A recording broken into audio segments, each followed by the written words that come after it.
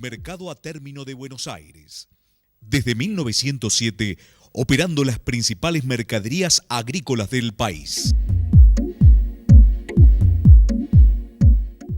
Muy buenas tardes, ¿cómo le va? Iniciamos nuevamente, como lo hacemos siempre todos los jueves, este espacio de Mercado por Expertos.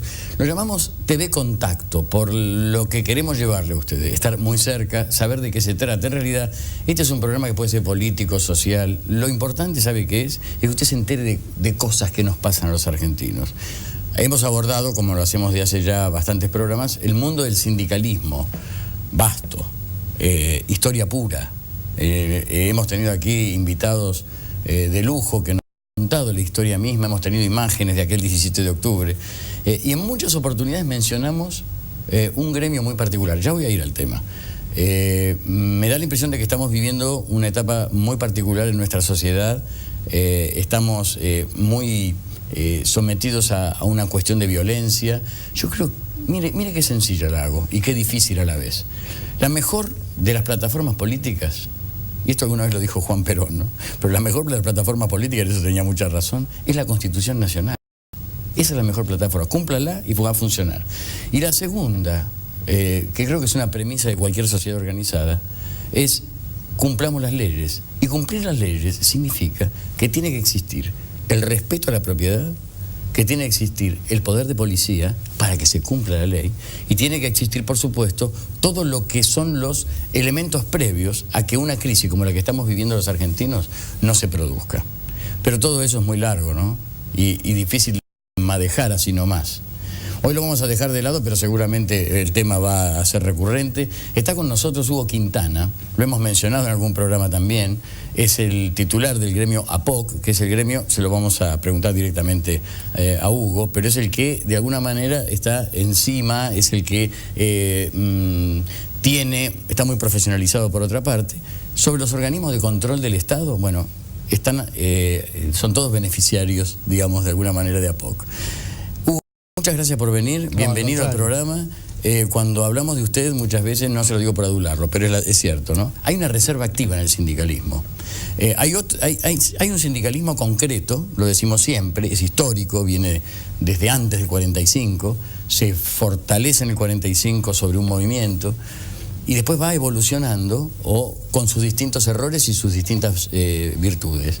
Creemos que hay una no me gusta la palabra camada, pero sí una generación de sindicalistas distintos, más profesionalizados, y usted es uno de los ejemplos, hemos tenido otros aquí en el programa, acerca de cuál es la óptica que tienen sobre el mundo sindical que conducen, sobre el mundo político y sobre todo también sobre el mundo social, que de alguna manera están muy relacionados, ¿no? Efectivamente.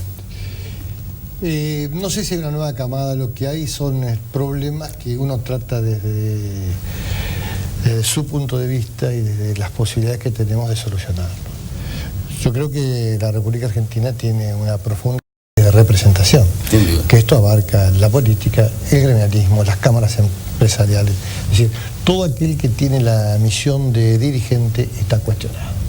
Hay un fuerte cuestionamiento, los argentinos han dejado de creer que la política es el mecanismo útil o apto para solucionar sus problemas, ven la política como una rosca de unos señores que quieren hacer plata y manejar cosas. Mejor descrito imposible. Pero esto es parte de la realidad y hay muchos que tienen mucha vocación.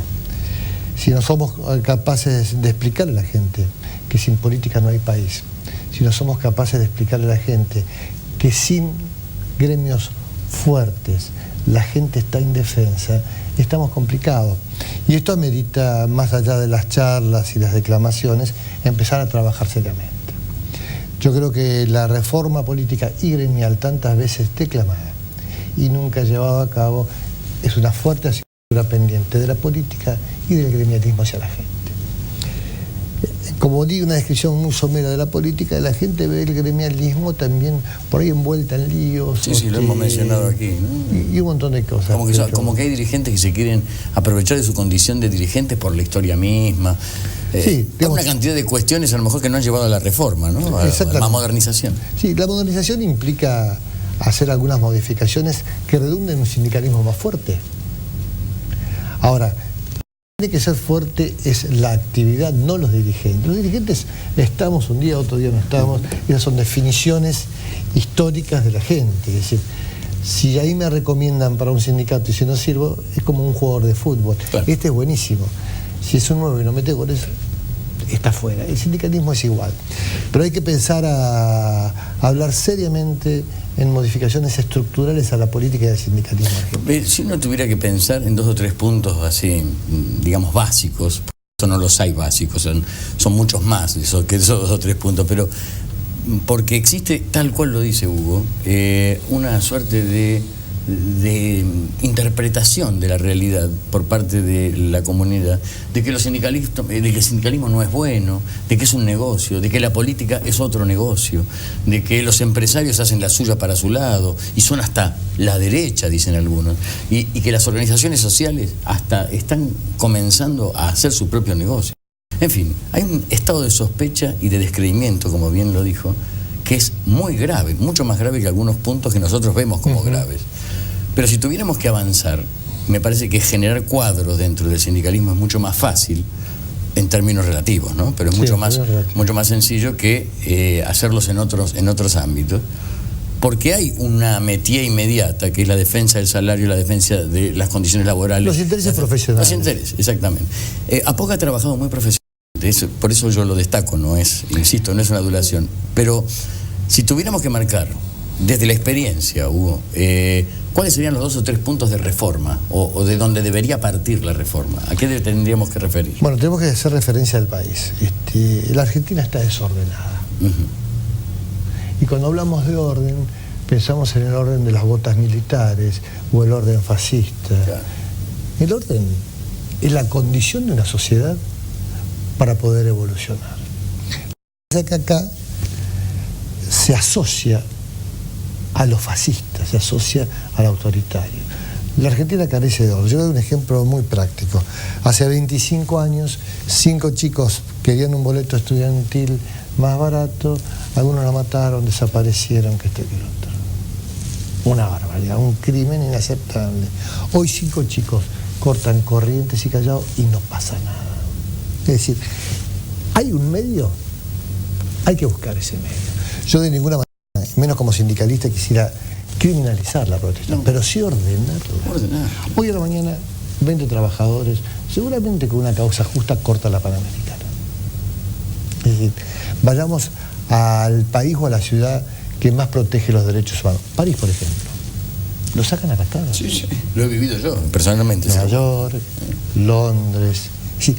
¿Cuál es la diferencia? Ejercen la fuerza policial, a lo mejor pueden excederse, no pueden excederse, eso que tener otro ámbito. Ya de excesos estamos hartos. Estamos hartos. Pero los militares se fueron ya, no vuelven nunca más. Es decir, hay que empezar a ordenar la sociedad. Si yo llego a mi casa y están mis hijos jugando al fútbol en el living, claro, y saqueando una heladera en las casas, y en los países se requiere un orden. El orden es una condición.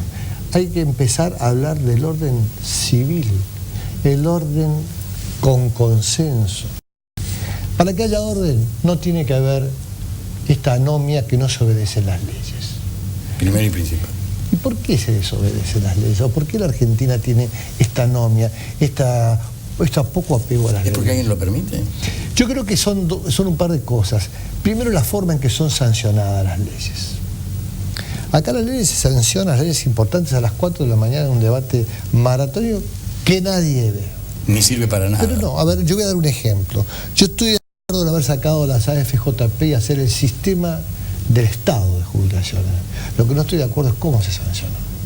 Es decir, yo quisiera haber escuchado cálculos actuariales, ejemplos de otros países. Escuché en una discusión express, en 72 horas marcaron el destino de los trabajadores para jubilarse quizás por 20 o 40 años. ¿Sí? No se puede consensuar esto. No se puede llamar a todos los que tienen que ver para que opinen y entender que el consenso es con una persona que piensa diferente, pero con el corazón y la cabeza abierta. Este señor a mí me puede enriquecer y yo lo puedo ayudar a él. Es decir, el consenso es un ejercicio cultural que los argentinos desconocen. Y Hugo, y eso en el ámbito, en el terreno específicamente sindical, ¿se logran de alguna forma en algunos gremios, en términos generales en la CGT, en términos generales en todo el espectro del sindicalismo, esto que sería la conversación, de ponerse de acuerdo.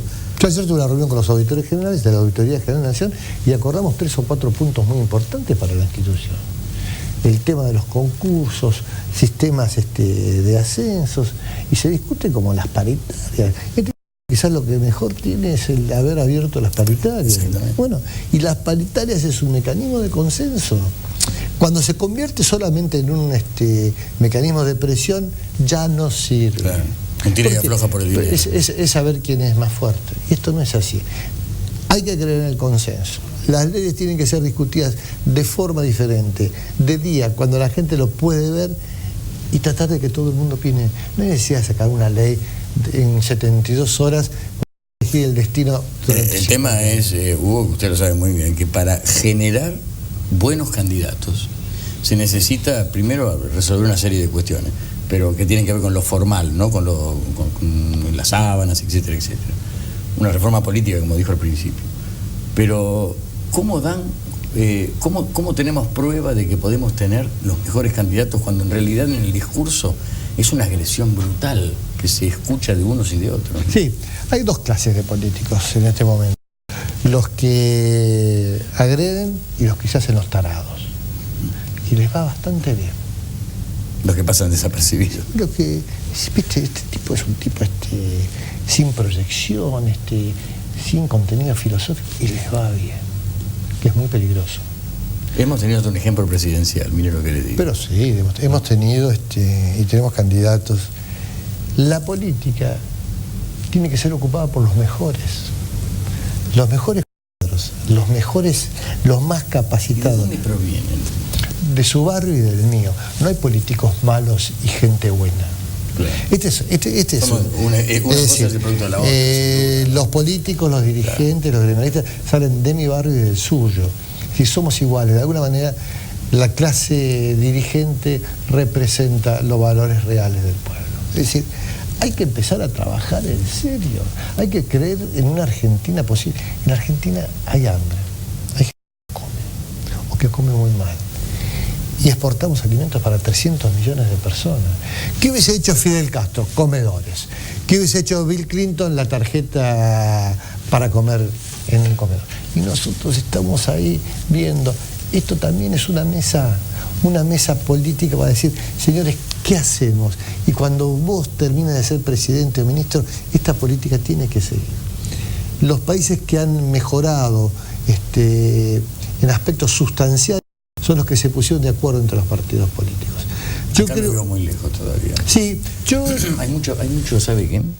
Hay mucho resabio de broncas viejas y broncas nuevas, ¿no? Sí, me parece que eso no es realmente un valor que la sociedad deba tener que admitir, pero bueno. Pero usted fíjese, la Unión Europea empezó, el mercado común europeo de esa época empezó a formarse ni bien terminó la guerra. Sí, y más allá de las rencillas había 4 o 5 millones de muertos. Sí. Es decir, cuando uno tiene el norte claro, tiene que dejar las rencillas, tiene que pensar con grandeza. Los dirigentes tenemos que pensar con grandeza. El tema es el poder. El poder es un instrumento. Cuando el poder es un fin en sí mismo, muere la política. Y ahora se ha tomado que el poder es casi un fin en sí mismo. El poder es un instrumento de la política para que la gente esté mejor. Y es neutro desde el punto de vista axiológico, valorativo. No es ni bueno ni malo. Cuando se utiliza bien es bueno, cuando se utiliza mal es malo. No hay que tener miedo al poder. No. Pero usted sabe